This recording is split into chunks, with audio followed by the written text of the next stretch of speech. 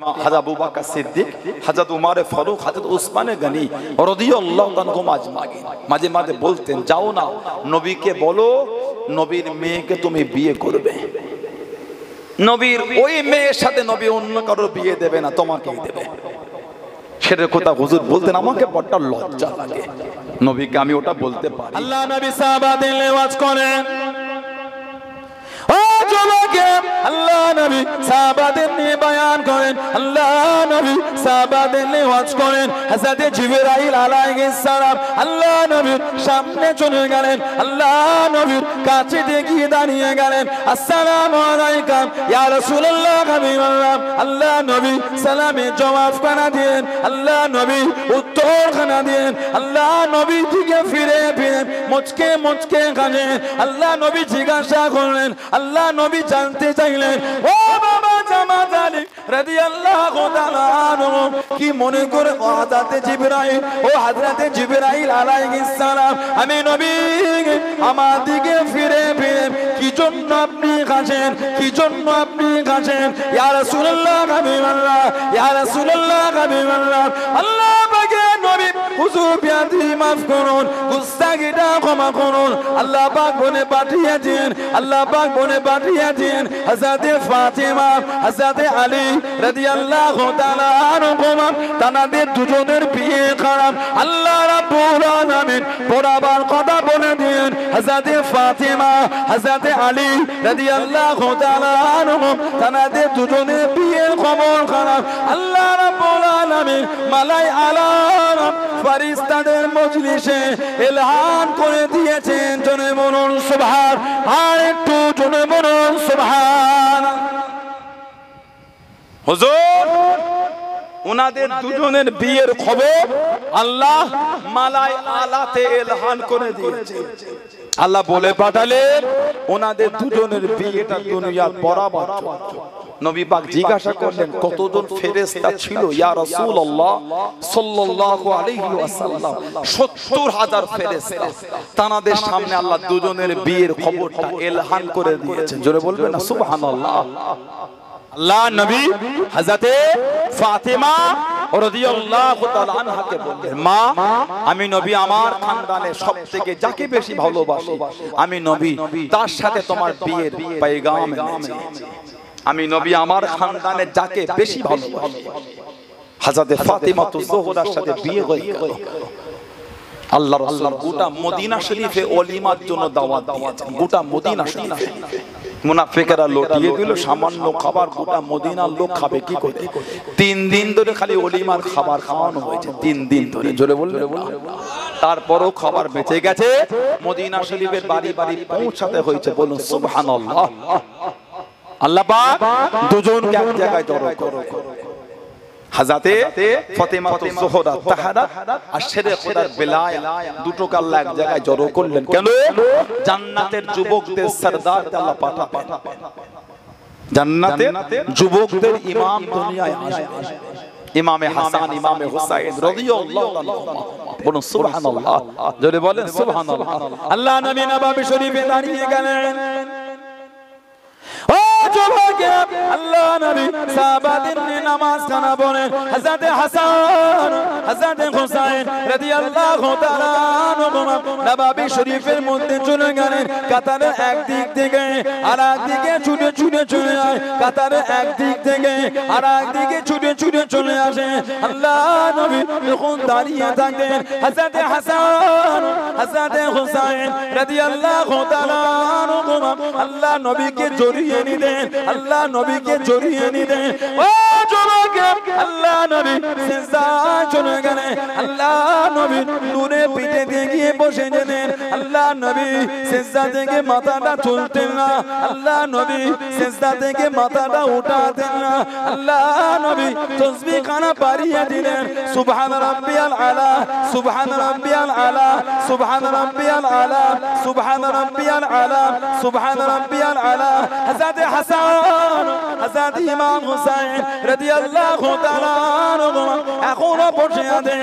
ও যুবক আল্লাহ নবী তাসবিহ খানা বাড়িয়ে দিলেন আল্লাহ নবী সিজদা থেকে মাথা তুলতেন না আমি নবী যদি সিজদা থেকে উঠে পড়ি আমার হাসান হোসেন পড়ে যাবে আল্লাহ নবী সিজদার মধ্যে রয়েছেন ইমাম হাসান হোসেন শুনে গেলেন আল্লাহ নবী ওইটাকে যখন বসে জেনে হাসান হোসেন কোলেতে বসে যেত আল্লাহ নবী আবারও দাঁড়িয়ে গেলেন হযরত হাসান হযরত হুসাইন রাদিয়াল্লাহু তাআলা আনহু আল্লাহ নবীকে জড়িয়ে নিলেন আল্লাহ নবীকে জড়িয়ে নিলেন ও যুবকরা সাহাবাদের নামাজ হালাতে বিরক্ত বলে মনে করো অসুবিধে বলে মনে করে নামাজ হালাতে হাতটা বাড়িয়ে দিয়ে হযরত হাসান হযরত হুসাইনকে টান দিতে টেনে টেনে সরিয়ে দিলেন টেনে টেনে সরিয়ে দিলেন ও যুবকরা ও আমার মুরব্বি বাবারা মায়েরা বোনেরা মগিয়া আল্লাহ নবী এতটা ভালোবাসতেন আল্লাহ নবী এতটা মোহাব্বত করতেন আল্লাহ নবী নামাজ হালাতে সাহাবাদের দিকে ঘুরে গিয়ে আল্লাহ নবী ইশারা করে মানা করতেন জনে বলুন সুবহান আর একটু জনে বলুন সুবহান নবী নামাজ পড়ে ওনার আগে পিঠে বসেন কোলে বসে নবীকে জড়িয়ে দিয়ে কিতাবে এসেছে সাহাবারা মনে করেছিলেন যে নামাজের নিয়মই পাল্টে গেল এতক্ষণ সিজদা নবী পাক সিজদায় এতক্ষণ আছেন সাহাবারা সিজদা থেকে মাথাটা তুলে দেখছে আমাদের নবী কি আল্লাহ পাকের পেয়ারা হয়ে গেল নবী পাক কি বিশাল শরীফ অফার শরীফ লাভ করলেন সাহাবারা মাথা তুলে দেখছেন হাসান হোসেন নবী পাকের পিঠে বসে আছে বলুন সুবহানাল্লাহ সাহাবারা টানলে ঘুরে গিয়ে নামাজ হালাতে মানা করতেন টেনো ইশারা করে নিষেধ করতেন ওদের দুজনকে আমার সাথে খেলতে দাও বলুন সুবহানাল্লাহ নবী পাক যখন সাহাবাদের লিওয়াজ করতে ইমাম হাসান হোসেন কোলে বসতেন গলা জড়িয়ে নিতেন অনেক সময় সাহাবা পিছন দিক দিয়ে টেনে রেখে আল্লাহর রাসূল বলেন ছেড়ে দাও ওদের দুজনকে আমি নবী আমার সাথে খেলতে দাও জোরে বলুন সুবহানাল্লাহ এত ভালোবাসতেন নবী পাকের মেয়ে হযরতে রুকাইয়া রাদিয়াল্লাহু তাআলা আনহা স্বামী হযরতে উসমান রাদিয়াল্লাহু তাআলা হযরতে যায়েনব ওনার স্বামীর নাম ছিল হযরতে আবুল আস ইবনে রবি হযরতে আবুল আস ইবনে রবি রাদিয়াল্লাহু তাআলা বদরের যুদ্ধে যিনি বন্দী হয়ে নবী পাকের কাছে এসেছিলেন তখন উনি মুসলমান হন বদরের যুদ্ধের সময় কুরাইশদের হয়ে যুদ্ধ করতে গিয়ে ওনাকে বন্দী করেছিল সাহাবা মদিনা শরীফে নিয়ে এসেছে ওনাকে ছাড়াবার জন্য নবী পাকের মেয়ে একটা গলার সোনার হার পাঠিয়েছিলেন গলার হার এই হারের বিনিময়ে আমার স্বামীকে ছেড়ে দিয়ে নবীর মেয়ে পাঠিয়েছিলেন ওই হারটা যখন নবী পাক পেলেন ওই গলার হারকে দেখে রাসূল ঝরঝর করে কাঁদছেন সাহাবারা বলে হুজুর হারটাকে দেখে কেন কাঁদো নবী পাক বলেছে এই হারটা দেখে আমি নবী আমার খাদিজার কথা মনে পড়ে রাদিয়াল্লাহু তাআলা এই হার এটা হলো আমার খাদিজার হার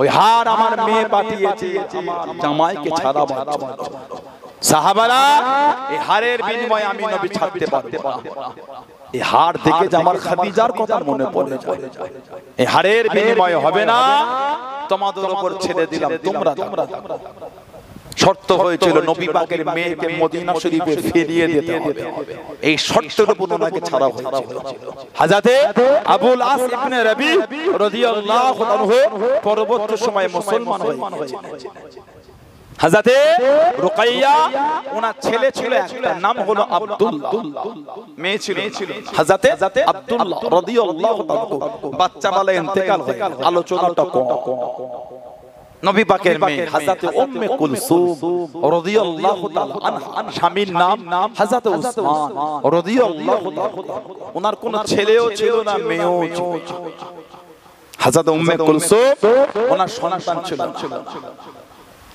নবী পাকের চারটি মেয়ের মধ্যে একজনের সন্তান ছিল না তিনজনের ছিল দুজনের ছেলে বাচ্চাবেলা ইন্তেকাল হয়ে গেল হযরতে ফাতিমাতুজ যোহরার একটা ছিল বাচ্চাবেলা ইন্তেকাল এজন্য ইনাদের আলোচনাটা কম ইমামে হাসান আর ইমামে হুসাইন রাদিয়াল্লাহু আনহুমা ইনার একটু লম্বা দুনিয়ায় ছিলেন, অনেক লম্বা, ওজন্য ওনাদের আলোচনাটা বেশি। আল্লাহ রাসূল বলেছেন আল হাসান ওয়াল হুসাইন সাইয়্যিদুশ শাবাব আহলিল জান্নাহ, আমার হাসান আমার হুসাইন জান্নাতের সমস্ত যুবকদের সরদার। জোরে বললেন না সুবহানাল্লাহ। নবী পাক দুজনকে নিয়ে শুনতেন, আমাদের নবী ওনাদের দুজনকে জড়িয়ে নিয়ে শুনতেন নবী, ওনাদের গান শুনতেন। সাহাবারা বলে হুজুর দুজনকে কি শোকেন? আল্লাহর রাসূল বলেছেন আল হাসান ওয়াল হুসাইন রাইহানাতায়া মিনাদ দুনিয়া, আমার হাসান হুসাইন হলো দুনিয়ার সুগন্ধি ফুল। জোরে বলবে অন্য বর্ণনা আছে আমি রাসূল তখন এদের শুকি আল্লাহর জান্নাতের খুশবুটা পাই। জোরে বলবে না সুবহানাল্লাহ। তিতো বাড়িতে কিছু না, সেহরি করব কি ইফতারি করব, নবী তো তিনটে রোজা রাখতে বলেছেন। আল্লাহ নবী তিনটে রোজা রাখতে বলেছেন। হযরত শেরে খোদা হুজুর বার হয়ে গেলেন। ও যুবকেরা মনোবী বাপদানা মদিনার বাড়ি বাড়ি চলে গেলেন, মদিনার দুয়ারে দুয়ারে চলে গেলেন। ও মদিনা শরীফের মানুষেরা, আল্লাহ রাসূলের সাহাবা, আমি আল্লাহ রাসূলের জামাদার, আমি হযরত আলী রাদিয়াল্লাহু তাআলা আনহু, আমার হাসান হোসেনের বিমার। আল্লাহ নবী তিনটে রোজা রাখতে বলেছে, আল্লাহ নবী তিনটে রোজা রাখতে বলেছে। আমার হাসান আমার হোসেনের বিমার, আল্লাহ নবী তিনটে রোজা রাখতে বলেছে। আমার বাড়িতে কিছু নাই, সেহরি করার কিছু নাই, ইফতারি করার কিছু নাই। তোমরা কি আমাকে কিছু কাজ দেবে? তোমরা কি আমাকে কিছু কর্ম দেবে? যে কাজটা আমি আলী করে কিছু টাকা পাবো, ওই টাকা দিয়ে কিছু কিনে বাড়ি নিয়ে যাবো। অন্য বর্ণনায় পাওয়া যায় মদিনা বাড়ি বাড়ি চলে গেলেন। ও মদিনা শরীফে মানুষেরা, আল্লাহ রাসূলের সাহাবারা, আমি আল্লাহ রাসূলের জামাতা, আমার হাসান আমার হোসেনের বিমার। আল্লাহ নবী তিনটে রোজা রাখতে বলেছেন। আমি আলী রাদিয়াল্লাহু তাআলা আনহু, আমার বাড়িতে কিছু নাই, তোমরা কি আমাকে কিছু ঋণ দেবে? তোমরা কি আমাকে কিছু ধার দেবে? যে টাকাটাকে নিয়ে আমি মদিনা শরীফে বাজার থেকে কিছু কিনে বাড়িতে নিয়ে যাব। অন্য বর্ণনায় পাওয়া যায় খাইবারে সামউন নামক ইহুদি, খাইবারে সামউন নামক ইহুদি কিছু টাকা ধার নিয়ে হুজুর আমার চলে গেলেন, বাড়িতে হাজির হয়ে গেলেন, সেহরি খানা করে নিলেন। ও যুবকে, ও আমার মুরব্বি বাপ জানেরা, মায়েরা, বোনেরা, মহিলা, ইফতারির সময় হয়ে গেল, ইফতারি নিয়ে বসে গেলেন। কে যেন ডাক দিয়ে দিল, কে যেন ডাক দিয়ে দিল। ও রাসূলুল্লাহ জামাতা, ও হযরত আলী রাদিয়াল্লাহু তাআলা আনহু, আমি একজন মিসকিন, আমি একজন মিসকিন। আজ কদিন আমার খাওয়া হয় না, না খাওয়া না দাওয়া, না খাওয়া না দাওয়া। আপনার বাড়িতে এসেছি হুজুর, আপনার দুয়ারে এসেছি হুজুর, আপনি আল্লাহ রাসূলের জামাতা। আমি জানি, আমি জানি, আমি জানি আপনার বাড়িতে খাবার থাকলে আপনি কাউকে ফিরিয়ে দেন না, আপনি কাউকে ফিরিয়ে দেন না। হুজুর খোদার যন্ত্রণা সহ্য না করতে পেরে আপনার বাড়িতে এসেছি হুজুর। হযরত ফাতেমা রাদিয়াল্লাহু তাআলা আনহা প্রথম দিনের ইফতার খানা পাঠিয়ে দিয়েছিলেন, শুধু পানি দিয়ে ইফতার করে নিলেন। জোরে বলুন সুবহান, আর একটু জোরে বলুন সুবহান। ও যুবকেরা, দ্বিতীয় দিন সেহরি করে নিলেন, ইফতারির সময় হয়ে গেল, ইফতারি নিয়ে বসে গেলেন। কে যেন ডাক দিয়ে দিল, কে যেন ডাক দিয়ে দিল। আল্লাহ রাসূলের জামাতা, ও হযরত আলী রাদিয়াল্লাহু তাআলা আনহু, আমি একজন এতিম, বাবারা মারা, আজ কদিন আমার খাওয়া হয় না, না খাওয়া না দাওয়া। আপনার দুয়ারে এসেছি হুজুর, আপনার বাড়িতে এসেছি হুজুর, আপনি ফিরিয়ে দেবেন না। হুজুর খোদা যন্ত্রণা সহ্য করতে পারি না। হযরত ফাতেমা রাদিয়াল্লাহু তাআলা আনহা দ্বিতীয় দিন ইফতার খানা বাইরে পাঠিয়ে দিয়ে শুধু পানি দিয়ে ইফতার করে নিলেন। জোরে বলুন সুবহান, আর একটু জোরে বলুন সুবহান। আবার তৃতীয় দিন ইফতার নিয়ে বসেছেন, সেহরি করে ইফতার নিয়ে বসেছেন। আবার বাইরে কে দাঁড়িয়ে ডাকছেন, ও নবী পাকের জামাতা, ও হযরত আলী রাদিয়াল্লাহু তাআলা আনহু, আমি একজন গোলাম, আজ কদিন আমার খাওয়া হয় না, খাওয়া না দাওয়া আপনার দুয়ারে এসেছি হুজুর। হুজুর আপনি কিছু দেন, হুজুর আপনার বাড়িতে খাবার থাকলে আপনি ফিরিয়ে দেন। শেরে খোদা রাদিয়াল্লাহু তাআলা তৃতীয় দিনের ইফতারি ফাতিমাতুজ জোহরা তুলে পাঠিয়ে দিলেন, শুধু পানি দিয়ে ইফতার করেছিলেন। জোরে বলুন না সুবহানাল্লাহ। 3 দিন পরে ইমাম হাসান হুসাইন রাদিয়াল্লাহু আনহুমাকে নিয়ে শেরে খোদা হুজুর দুজনকে দুদিক থেকে নবী পাকের দরবারে যাচ্ছে। দুজনে সুস্থ হয়ে গেলেন। আল্লাহর নবী দূর থেকে দাঁড়িয়ে দাঁড়িয়ে দেখছেন আর হাসছেন। আল্লাহ রাসূল বলেছেন, আলী এই 3টে দিন তোমরা যে মিসকিনের সাথে, এতিমের সাথে, গরীব গোলামের সাথে যে ব্যবহার করেছো, আমার আল্লাহ তোমাদের উপর খুশি হয়ে গেছে। জোরে বললেন না? কোরআন শরীফে একটা সূরা আছে, সূরা দাহর। সূরা দাহর আল্লাহ পাক আয়াত দিয়ে দিলেন, ওয়াইতিমুনা তুআমা আলা হুব্বিহি মিসকিনা ওয়া ইয়াতীমা ওয়া আসীরা। তারা আল্লাহর সন্তুষ্টি অর্জনের উদ্দেশ্যে, আল্লাহকে খুশি করার জন্য তারা মিসকিনকে, ইয়েতিমকে, গোলামকে খাদ্য খাওয়াতে পছন্দ করেছে। জোরে বললেন না সুবহানাল্লাহ। সেই ইমাম হাসান হুসাইন রাদিয়াল্লাহু তাআলা আল্লাহ নবী দুজনের বিয়ে দিয়ে আল্লাহ পাক আওলাদ দিলেন। আমাদের নবী টুকটুক করে চলে গেলেন। আল্লাহ নবী গিয়ে বলেছিলেন, আরুনি ইবনি, আমি নবী আমাকে আমার ছেলেটাকে দেখাও। আরুনি ইবনি, আমি নবী আমাকে আমার ছেলেটাকে দেখাও।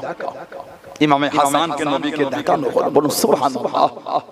নবী পাক জিজ্ঞাসা করলেন, মা সাম্মাইতু, কি নাম রেখেছো? হুজুর সাম্মাইতু হার। নবী বললেন, লা বাল হুয়া হাসান, এর নামটা তুমি হার, এর নামটা তুমি হাসান রেখে দাও। বলুন না সুবহানাল্লাহ। আবার আল্লাহ পাক আওলাদ দিলেন, নবী আবার গেলেন। দুজনের বয়সের পার্থক্য ছিল কম বেশি 11 মাস। দুজনের বয়সের পার্থক্য ছিল 11 মাস। নবী আবার জিজ্ঞাসা করলেন, আরুনি ইবনি, আমাকে আমার আওলাদটা দেখাও। নবী পাক দেখলেন, নবী জিজ্ঞাসা করলেন, মা সাম্মাইতু? সাম্মাইতু হার।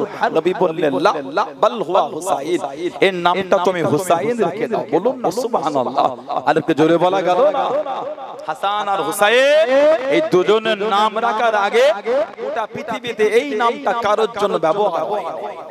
পৃথিবী সর্বপ্রথম ওনাদের দুজনের জন্যই আল্লাহ ব্যবহার করিয়েছেন। বলুন না সুবহানাল্লাহ। ধীরে ধীরে বড় হচ্ছে। কিতাবে এসেছে ইমাম হাসান রাদিয়াল্লাহু তাআলা শির মুবারক থেকে নিয়ে কোমর মুবারক পর্যন্ত পুরো আমার নবীর মতন দেখতে ছিলেন। বললেন না সুবহানাল্লাহ।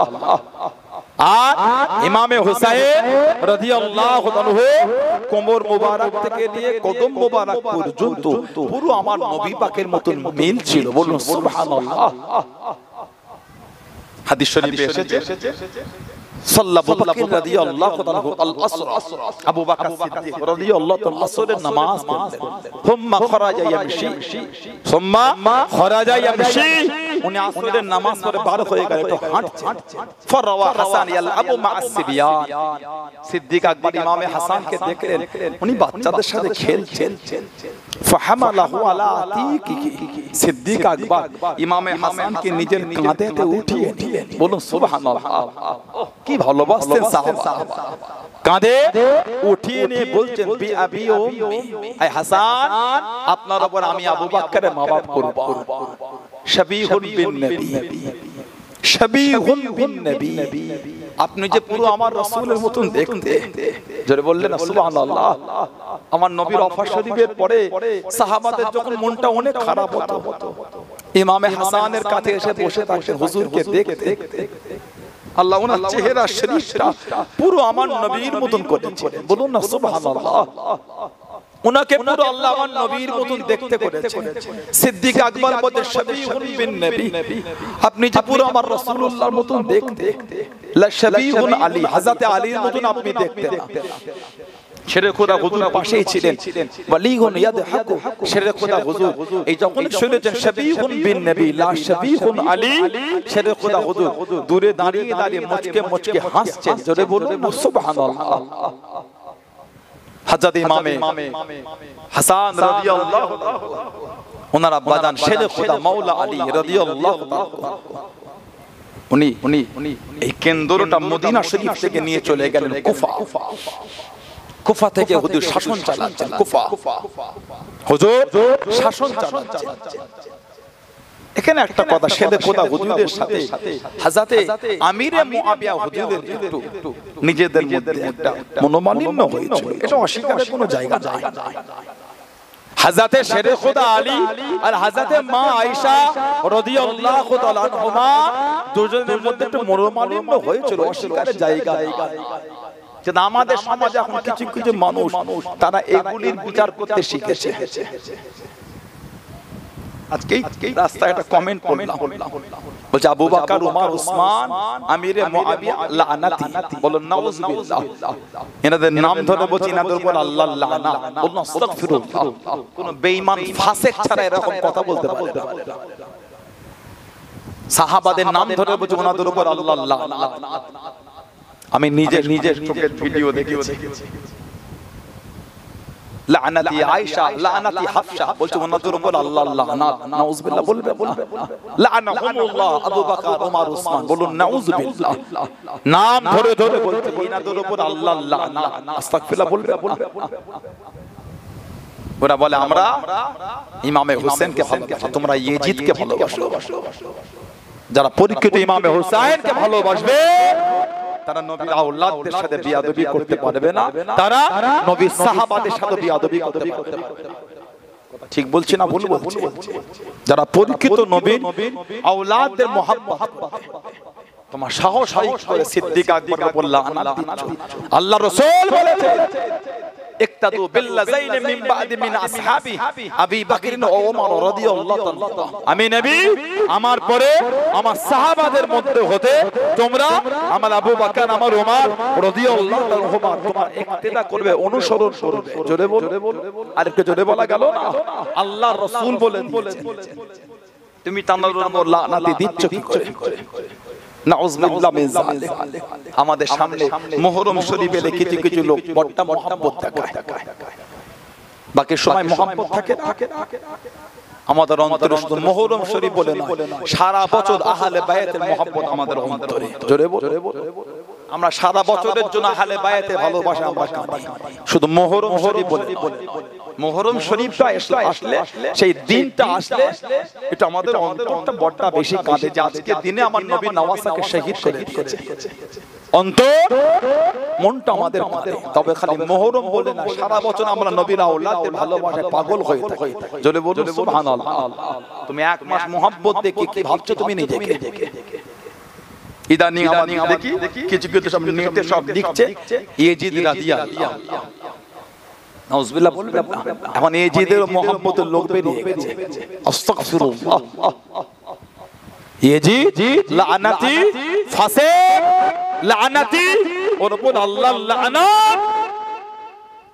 যার ইশারায় নবীর আওলাদদের শহীদ করা হয়েছে। জীবনে হজ করেছে একবার, ইমামে হুসাইন তো পায়ে হেঁটেই হজ করেছে 25 বার। সুবহানাল্লাহ বলুন। আমাদের ইমামে হুসাইন পায়ে হেঁটেই হজ করেছে 25 বার। ইয়াজিদ জীবনে হজ করেছে একবার, মদ সাথে করে নিয়ে গেছিল।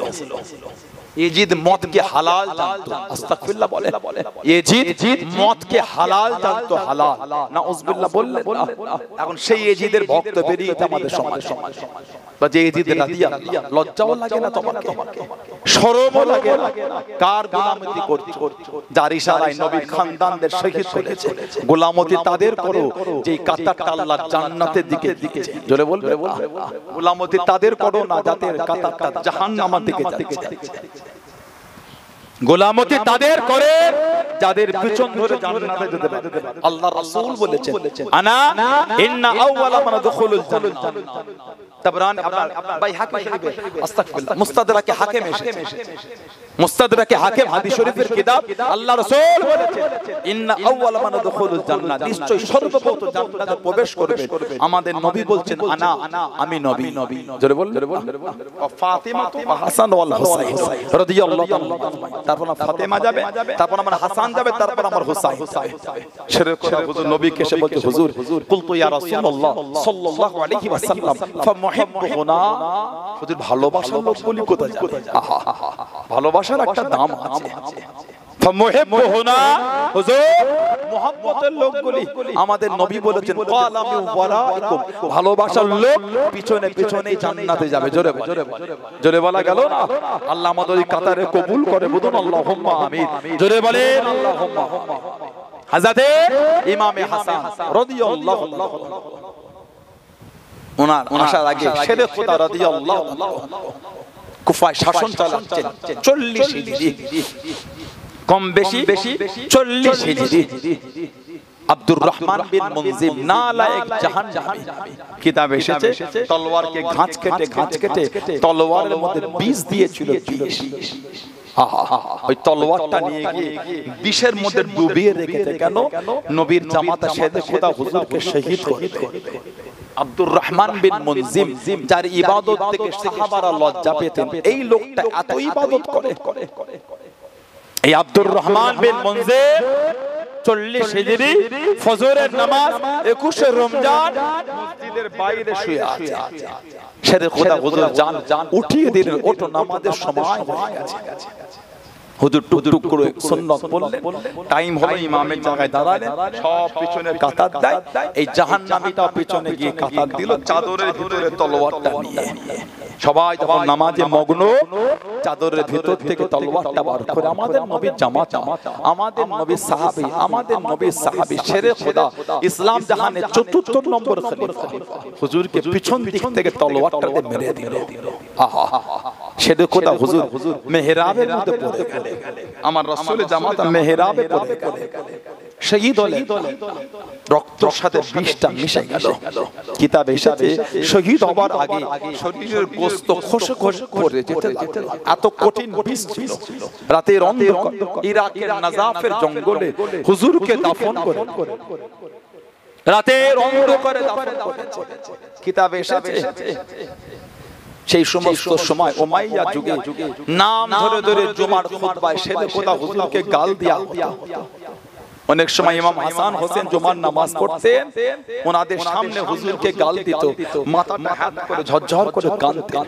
ওজন্যই নবী ভবিষ্যৎবাণী করে গেলেন আল্লাহ রাসূল বলেছেন মান সাব্বা আলিয়ান ফাকাত সাব্বানি মান সাব্বা আলিয়ান ফাকাত সাব্বানি যে আমার আলীকে গাল দিল নাউযুবিল্লাহ সেজন্য আমি নবী আমাকেই গাল দিলাম বলুন আস্তাগফিরুল্লাহ নবী বলে দিয়েছে আল্লাহ রাসূল অপর দিকে বলেছে লা তাসুব্বু আসহাবি খবরদার আমার সাহাবাদের গালি দিও না সাহাবাদের গালি দিও এবার দায়িত্ব দিলেন ইমামে হাসান একদিকে হলেন হযরত আমিরে মুআবিয়া রাদিয়াল্লাহু আনহু একদিকে হলেন ইমামে হাসান উম্মতের মধ্যে একটা ফাটল তৈরি হয়ে গেল আল্লাহর রাসূল ভবিষ্যৎবাণী করেছিলেন আমার হাসান আমার উম্মতের দুই গ্রুপকে দুই দলকে এক জায়গায় জড়ো করে বিরাট একটা অশান্তির হাত থেকে আমার হুসাইন দূরে রাখবে বলুন সুবহানাল্লাহ যখন দুটো ভাগ হয়ে গেল ইমাম হাসান রাদিয়াল্লাহু আনহু বললেন আমি দায়িত্ব ছেড়ে দিলাম আপনি দায়িত্ব পালন করেন আমিরে মুআবিয়া হুজুরের হাতে ইমামে হাসান হুজুর খুশি মনে দায়িত্ব ছেড়ে দিয়েছিলেন জোরে বললেন না সুবহানাল্লাহ নবী পাক ভবিষ্যৎবাণী করেছিলেন হযরতে ইমাম হাসান রাদিয়াল্লাহু আনহু নবীর আওলাদ মুনাফিক তৈরি হয়ে হুজুরকে বিষ পান করিয়েছিল বিষ কিতাবে এসেছে কষ্ট করে হামাগুড়ি দিয়ে জমিনে ঘিষড়ে আল্লাহর রাসূলের রওজা শরীফের কাছে চলে গেলেন নানা জান আমি আপনার হাসান না জানি কে কি পান করিয়েছে গোটা শরীরটা আমার জ্বলছে নানা জান আমি আপনার হাসান সহ্য করতে পারি না একটু আমার জন্য দোয়া চান নানা জান একটু আমার জন্য দোয়া করেন নানা জান আমি আপনার যে হাসানকে বুকে জড়িয়ে আপনার জবানকে আমার মুখের মধ্যে দিয়ে চুষা আল্লাহ পাকের হুকুম নবী পাকের দোয়ার বরকতের ওসিলায় আল্লাহ হুজুরকে সুস্থ করে দিলেন বলুন সুবহানাল্লাহ আবার হুজুরকে বিষ দেয়া হলো আবার কষ্ট করে হামাগুড়ি দিয়ে জমিনে ঘিষড়ে আমার নবীর রওজা শরীফের কাছে গিয়ে ঢলে গিয়েছি নানা জান আমি আপনার হাসান না জানি কে কি পান করিয়েছে গোটা শরীরটা জ্বলছে এটা আমার জন্য দোয়া চান না আমি যে আপনার হাসান আল্লাহ পাকের হুকুম নবী পাকের দোয়ার বরকত ও রসিলা আল্লাহ সুস্থ করে দিলেন বলুন সুবহানাল্লাহ কিতাবে এসেছে হীরেকে পিষে পানির মধ্যে দিয়ে চলি হীরে বিষ মধুর সাথে মিশিয়েছে, ওই পানিটা ইমামে হাসান হুজুর পান করেছিলেন। কিতাব এসেছে হুজুর বলেছিলেন, আমার যেন মনে হতে শরীরের ভিতরের অংশগুলো সব টুকরো টুকরো হয়ে যাচ্ছে। আমাদের নবীর নওয়াসা, আমাদের নবীর জান, জানাদের কান্নাটাও নবী সহ্য করতে পারতেন না। আল্লাহ হুজুরের শরীর থেকে বার হলেন, ফাতিমাতুজ জোহরা রাদিয়াল্লাহু তাআলার ঘরের পাশ থেকে চলে যান। আল হাসান ওয়াল হুসাইন ইয়াবকি, ইমাম হাসান হোসেনের কান্নাটা আমার নবী পাকের কানে আওয়াজ এসে গেল। আল্লাহ নবী হযরত ফাতিমাতুজ জোহরার ঘরে চলে গেলেন। মা, আমার হাসান হোসেন কেন কাঁদে তুমি জানো না? ইন্নাল বুকা ইউজিনি, ইল্লাল বুকা ইউজিনি, আমার হাসান হোসেনের কান্নাটা আমি রাসূল আমাকে বড় কষ্ট দেয়। ইমাম হাসান হোসেনের কান্না যদি নবীর কষ্ট হয়, ইমামে হাসান হোসেনের শহীদ ওটা আমার রাসূলের কষ্ট। আল্লাহ রাসূল বলেছেন মদিনা শরীফে একটা গাছের পাতা ছিল, ওটা আমি নবী আমাকে কষ্ট দেয়া হবে। মদিনার গাছের পাতা ছিললে যদি রাসূলের কষ্ট হয়, আমার নবীর নওয়াসাদের শহীদ করাটাকে আমার নবীর কষ্ট। আল্লাহ রাসূল বলেছে যে মদিনার গাছ কাটবে সে আমি নবী আমাকে কষ্ট দেবে। মদিনার গাছ কাটলে, মদিনার পাতা ছিঁড়লে যদি আমার নবীর কষ্ট হয়, নবীর আওলাদদের শহীদ ওটা আমার নবীর কষ্ট না। হযরত ইমাম হাসান রাদিয়াল্লাহু তাআলা শহীদ হয়ে গেলেন। ইন্না লিল্লাহি ওয়া ইন্না ইলাইহি রাজিউন। ইমাম হাসান হুজুর একবার বলেছিলেন মা আয়েশা রাদিয়াল্লাহু তাআলা, মনটা চায়, মনটায় আশা, যদি আপনি হুকুম দেন আমার নানার পাশে একটু আমি শোবো, যদি আপনি বলেন আমার নানার কাছে আমি একটু শোবো। হযরত মা আয়েশা বলেছিলেন হাসান তুমি তোমার নানার কাছে শোবে, তো তোমার কিছু রাগ তুমি তোমার নানার কাছে শোবে। হযরত হাসান রাদিয়াল্লাহু তাআলা বলেছিলেন ভাই হোসেন আমি ইন্তেকাল হওয়ার পরে হযরত আয়েশাকে আবার জিজ্ঞাসা করবেন হুজুর শহীদ হয়ে গেলেন। মা আয়েশা রাদিয়াল্লাহু তাআলাকে জিজ্ঞাসা করলেন, মা বললেন আমার কোনো অসুবিধা নেই, কিন্তু জালেম মুনাফিক বেঈমানরা বলল না, নবীর পাশে দেয়া হবে না। মদিনা শরীফের কবরস্থান জান্নাতুল বাকি হযরত ফাতিমা রাদিয়াল্লাহু তাআলা আনহার পাশে ইমাম হাসানকে দাফন করা। এবার রয়ে গেল ইমাম হুসাইন একা। মদিনা শরীফে হুজুরকে শহীদ করার জন্য চক্রান্ত চলছে। নবীর আওলাদদের যদি জীবনী পড়ে বুকটা ফেটে যাবে, যে নবীর আওলাদদের কোলে নিবার আশাটাও জিবরাইল আলাইহিস সালাম করেছিলেন। জোরে বললেন সুবহানাল্লাহ। যে ইমামে হাসান হোসেনকে আমাদের নবী পিছে করে নিয়ে ঘোড়ার মতন করে নিয়ে ঘুরেছিলেন। জোরে বলবেন না? যে ইমামে হাসান হোসেনকে সাহাবারা এত সম্মান করতেন। হযরত ইমাম হুসাইন উমর ফারুকের দরবারে চলে গেলেন, তখন উমর ফারুক খলিফা গিয়ে দেখছেন ওনার ছেলে ওই দরওয়াজার পাশে হযরত আব্দুল্লাহ দাঁড়িয়ে আছে। হযরত ইমাম হুসাইনকে দেখে সালাম দিলেন, হুজুর জবাব দিলেন কি খবর হুজুর? না একটু হযরত ফারুক আযমের সাথে দেখা করতে, আমার আব্বা ভিতরে আছে, তুমি বাইরে? না আব্বা আমাকে বাইরে দাঁড়াতে বলেন, ভিতরে মিটিং করছে। তবে হুজুর আমাকে বলেছে আপনাকে বলেন, হুজুর আপনি যান, হুজুর আপনি যান। ইমামে হোসেন বললেন না থাক, জরুরি কথা বলছে, যোহরে মসজিদে মোলাকাত করব। ফারুক আযম মিটিং শেষ করে বার হয়ে জিজ্ঞাসা কেউ এসেছিলেন? জবাব দিলেন ইমামে হুসাইন এসেছিলেন। আমি এত বললাম উনি ভিতরে গেলেন, যোহরে দেখা করব বলেছে।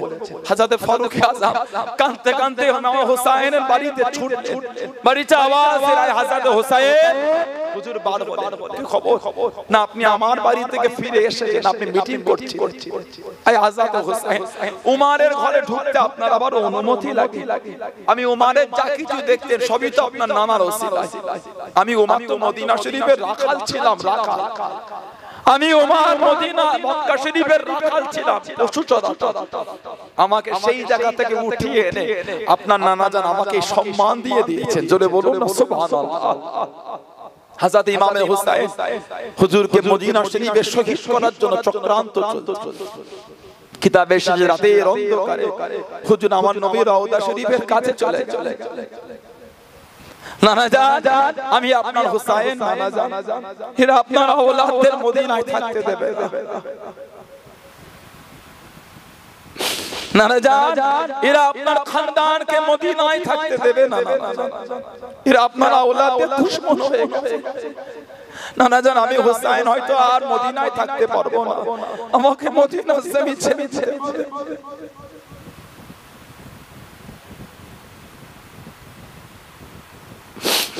নানা জান মদিনা থেকে যেতে বড্ড কষ্ট, আপনার মদিনার জমি থেকে কদম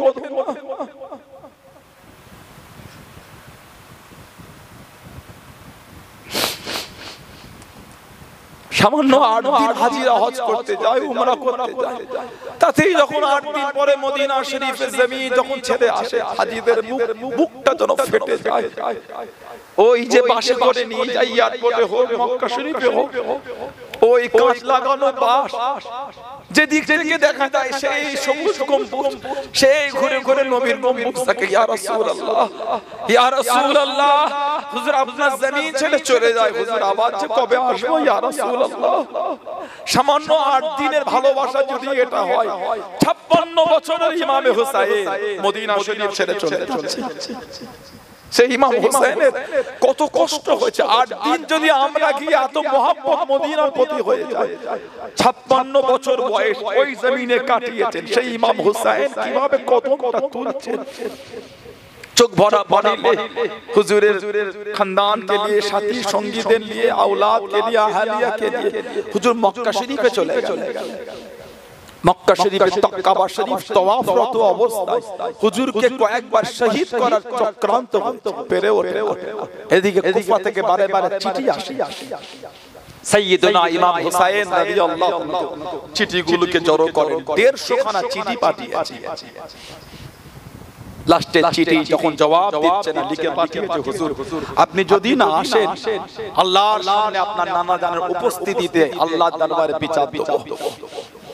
ইমামে হুসাইন ওই চিঠিটা নিয়ে সব নবী পাকের সাহাবাদের ডাকছে, এবার তোমাকে একটু যেতে দাও আর আমাকে বাধা দিও না। এই যে চিঠি, সাহাবাদের একটাই কথা, হুজুর আপনাকে যেতে দেব, আপনি নবীর আওলাদ, আপনি একা আমাদের কাছে আসেন, হুজুর আপনি যাবেন, তোমার লোককে আপনি চেনেন, হুজুর আপনি থাকেন। ইমামে হুসাইন বললেন আমি যাব।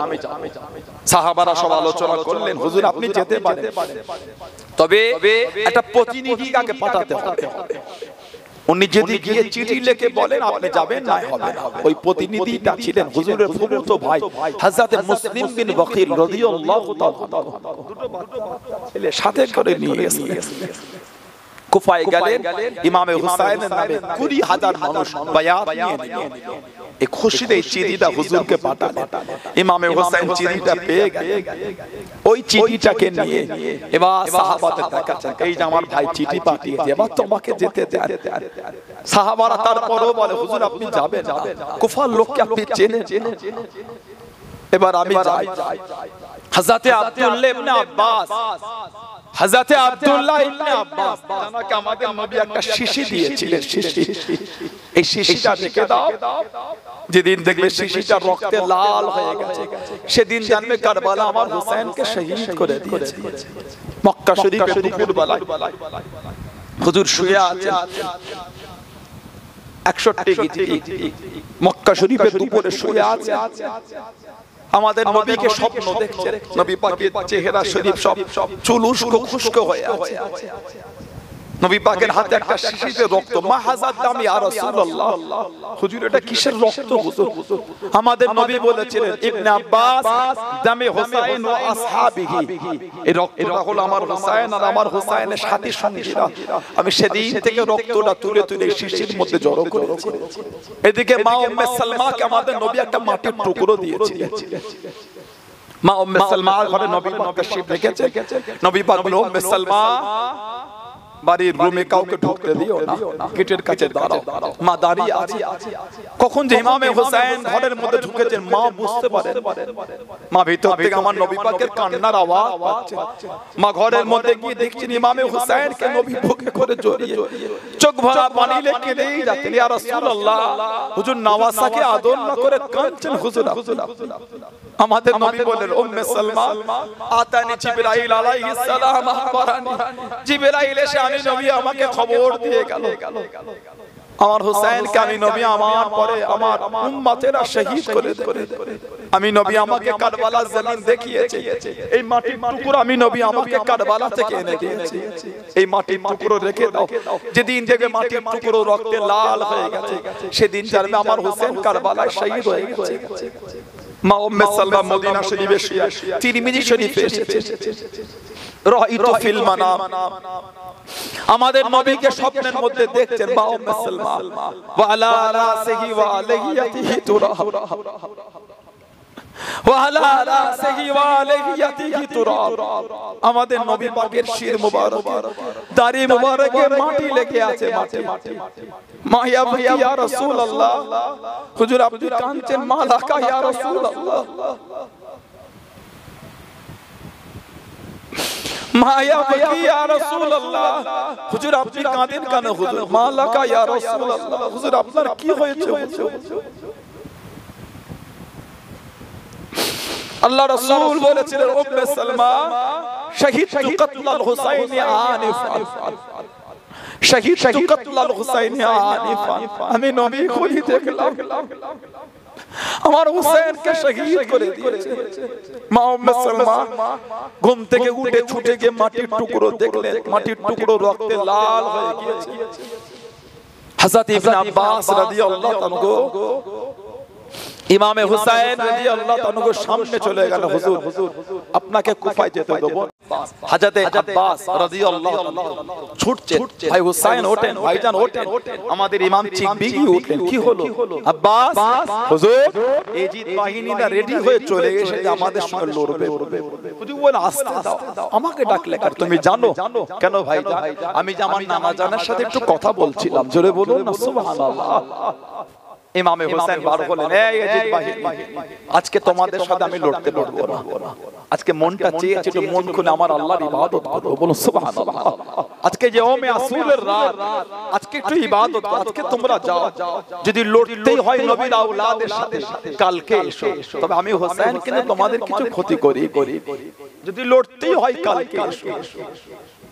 এজিদ বাহিনীরা চলে গেল, হুজুর আসলে মাগরিবের নামাজ হলো, সব সাথী সঙ্গীদের ডাক। আমাদের ইমাম বললেন, হে আমার সাথী সঙ্গীরা, এদের রাগ আমার উপর, তোমাদের উপর না, এরা আমি হুসাইনের আমার রক্তের পিপাসী, তোমার নয়। আমি তোমাদের করে খুশি মনে আজাদ করে দিলাম, যার যেখানে ইচ্ছা চলে যাও, আমার কোনো দুঃখ নাই। তবে আমি কথা দিই কিয়ামতে আমার নানা জানকে বলে সাথে করে নিয়ে আল্লাহর জান্নাতে নিয়ে যাব, জোরে বলুন না সুবহানাল্লাহ। সাথী সঙ্গীরা বলেন, হুজুর আমরা যাব। ইমামে হুসাইন বললেন, চোখে চোখে দেখা হচ্ছে, লজ্জায় তোমরা বলো যে চিরাগ আলোটা জ্বলছিল হুজুর কমিয়ে দিলেন, নিভিয়ে দিলেন, অন্ধকার হয়ে গেল। অন্ধকারে বললেন, যাও, চোখে চোখে দেখা হচ্ছে না, যার যেখানে ইচ্ছা চলে যাও। অনেকক্ষণ পরে চিরাগ জ্বালিয়ে দেখেন যে যেখানে ছিল সেখানে দাঁড়িয়ে আছে। হুজুর শরীরের মধ্যে এক ফোঁটা রক্ত থাকতে কারবালায় আমরা আপনাকে রেখে যাব না, হুজুর জোরে বলুন না সুবহানাল্লাহ। খবর পাঠালেন, মেয়েদের চলে যেতে বলতে। মেয়েরা জবাব দিচ্ছেন, কারবালায় নবীর খানদানকে রেখে আমরা যাব না, বলুন না সুবহানাল্লাহ। খুশি হয়ে গেল হুজুর, হুকুম দিলেন খেমার মধ্যে তাবুতে যাও, আসুরার রাত একটু মন খুলে ইবাদত করো। যেটা তাবুর মধ্যে আছে, ইমামে হুসাইন রাদিয়াল্লাহু তাআলা হুজুরের তাবুর মধ্যে আকাশের দিকে তাকিয়ে ঝরঝর করে কাঁদছেন। হুজুরের বোন ছিল হযরত যায়েনব রাদিয়াল্লাহু তাআলা আনহা। একটু ভাই হুসাইনের তাবুটা সরিয়ে দেখে ডাকলেন না, টুকটুক করে বার করে আবার আওলাদে রাসূলের তাবুতে ঢুকে গেল। এ আওলাদে রাসূলের নবীর খানদানেরা, কালকে যখন আমার ভাই কারবালায় যাবে, তোমরা কি তাকে রেখে চলে যাবে? জবাব দিচ্ছেন, যায়েনব শরীরের মধ্যে এক ফোঁটা রক্ত থাকতে ইমামে হোসেনকে কারবালায় আমরা আগে নামতে দেব না, বলুন সুবহানাল্লাহ। হযরত যায়েনব খুশি হয়ে গেলেন। অন্য খানদান থেকে যারা এসেছে তাদের তাই আমার ভাই হোসেনের সাথী সঙ্গীরা, কালকে যখন আমার ভাই কারবালায় যাবে, তোমরা কি তাকে রেখে চলে যাবে? জবাব দিতে নাই হযরত যায়েনব শরীরের মধ্যে এক ফোঁটা রক্ত থাকতে, হুজুর এই হযরত যায়েনব আমরা আমাদের ইমামকে কারবালায় আগে যেতে দিচ্ছি না, জোরে বলুন না সুবহানাল্লাহ। খুশি হয়ে গেল। তাবু থেকে বার হলেন, ইমামে হুসাইন বার হলেন। এক লম্হার জন্য দেখা ভাই বোন, হযরত যায়েনব একটু হেসেছিলেন। ইমামে হুসাইন বলেন, বোন যায়েনব হাসছো। সমস্ত ঘটনা বলেন। হুজুর বলেন, তাবুতে যাও, মন খুলে আল্লাহর ইবাদত করো।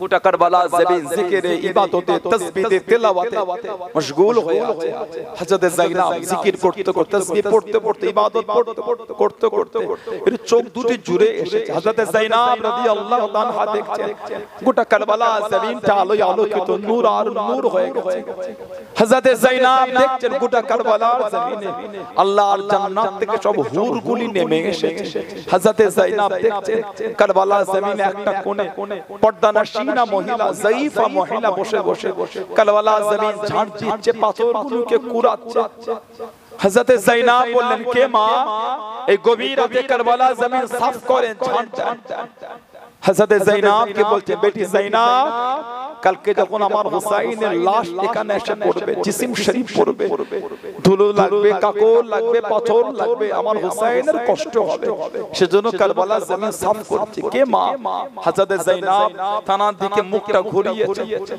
হযরত যায়েনাব দেখছেন অন্য কেউ নয় হযরত ফাতিমা রাদিয়াল্লাহু তাআলা বেটি যায়েনাব আমার হুসাইনের শরীরে পাথর লাগবে আমি ফাতিমা কারবালা জমিনটা সাফ করতে এসেছি জোরে বলুন না সুবহানাল্লাহ সকাল হলো ফজরের নামাজ পড়লেন এজিদ বাহিনী তৈরি ইমামে হুসাইন রাদিয়াল্লাহু তাআলা কাফেলা থেকে একে একে যাচ্ছেন শহীদ হয়ে যাচ্ছেন একে একে যান শহীদ হয়ে যান হুজুরের ভাইপো হযরত কাসিম রাদিয়াল্লাহু তাআলা কোন বর্ণনা এসেছে হযরত কাসিম কো পুরো আমার নবী পাকের মতন দেখতে ছিল বলুন না সুবহানাল্লাহ তিনিও কারবালায় গেলেন শহীদ হয়ে গেলেন ইন্না লিল্লাহি ওয়া ইন্না ইলাইহি রাজিউন হুজুরের আওলাদ হযরত আলী আকবর রাদিয়াল্লাহু তাআলা কম বেশি 18 বছর বয়স কারবালা জমিনে গেলেন শহীদ হয়ে গেলেন ইন্না লিল্লাহি ওয়া ইন্না ইলাইহি রাজিউন ইবনে আসাকির তারিখ ইবনে আসাকিরের মধ্যে লিখেছেন ইমামে হুসাইন হুজুরের বয়স ছিল 56 বছর